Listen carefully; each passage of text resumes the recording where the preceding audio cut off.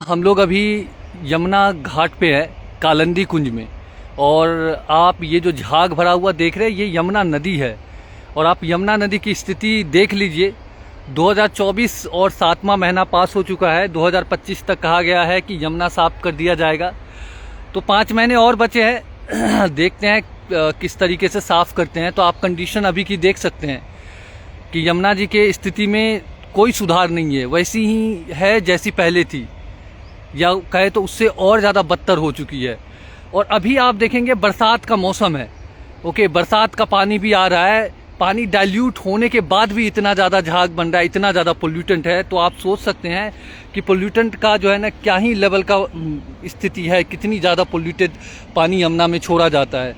आप यहाँ पे देखेंगे किनारे किनारे आपको दिखेगा, सलेजेस दिखेगी इसमें। देखिए दिल्ली में अभी जो है ना, टोटल से 300 करोड़ लीटर से ज़्यादा ट्रीटमेंट है। एसटीपी ट्रीट कर रही है 300 करोड़ लीटर से ज़्यादा। और आप देख लीजिए 37 एसटीपी उनके, और ट्रीटमेंट कैपेसिटी 300 करोड़ से ज़्यादा होने के बावजूद यमुना का ये हाल है।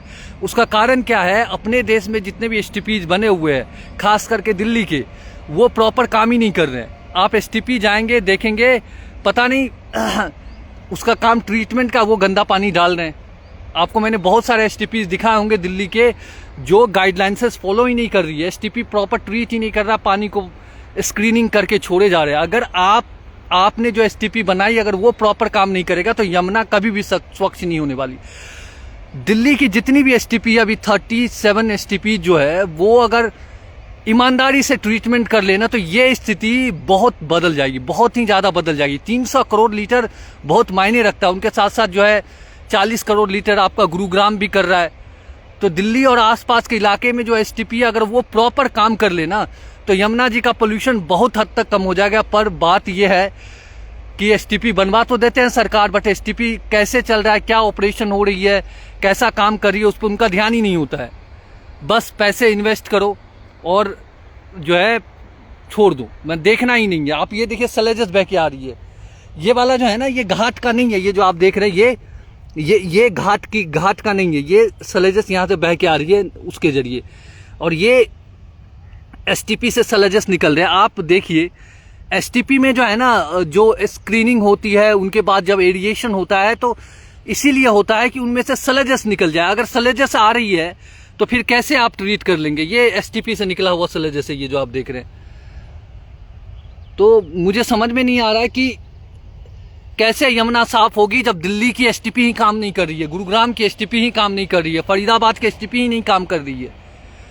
एसटीपी बनवाया क्यों है आप लोगों ने, अगर आप एसटीपी आपसे आप प्रॉपर काम ही नहीं ले पाते हैं तो? और यमुना जी मर रही है। वादे किए जा रहे सबके सब नेता, वादे इतनी ये लाओ, हजारों करोड़ इन्वेस्ट करने के बाद भी यमुना जी की ये स्थिति है। तो आप सोच लीजिए कि, और ऐसा नहीं कि यमुना जी साफ नहीं हो सकती। मैं जो है ना, एक सिंपल सी बात कहना चाहता हूँ, ईमानदारी बरत लीजिए आप लोग। बस 2 साल ईमानदारी बरत के काम कर लिया जाए ना, तो 2 साल के अंदर यमुना जी साफ हो जाएगी। अगर इनसे नहीं होता तो मुझे जो है पूरी अथॉरिटी दे दीजिए दिल्ली एनसीआर के सारे एसटीपीज का और वाटर का। मैं आपको 2 साल के अंदर यमुना जी से पोल्यूशन खत्म करके दिखा दूंगा, बस 2 साल के अंदर। इंटेंशन हो ना, इंटेंशन तो है ही नहीं आपका कि आप यमुना साफ करना चाहते हैं। दिल्ली एनसीआर से 500 करोड़ लीटर से ज्यादा पानी जो है, ट्रीटमेंट कैपेसिटी वाली पानी आ रही है इसमें। बस उनको आप सही कर लीजिए, बस सब सही हो जाएगा अपने आप। और बाकी जो बचे हुए हैं अनट्रीटेड नाले, उनको उनके बाद हम देखेंगे ट्रीटमेंट का।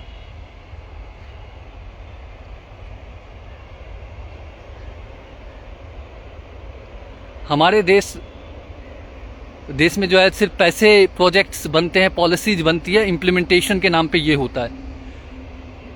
यमुना एक्शन प्लान के 30 साल पूरे हो चुके हैं। 30 साल पूरे होने के बाद ये हाल है। जापान से कर्जा भी लिया, यमुना भी साफ नहीं हुई, कर्जदार भी बन गए।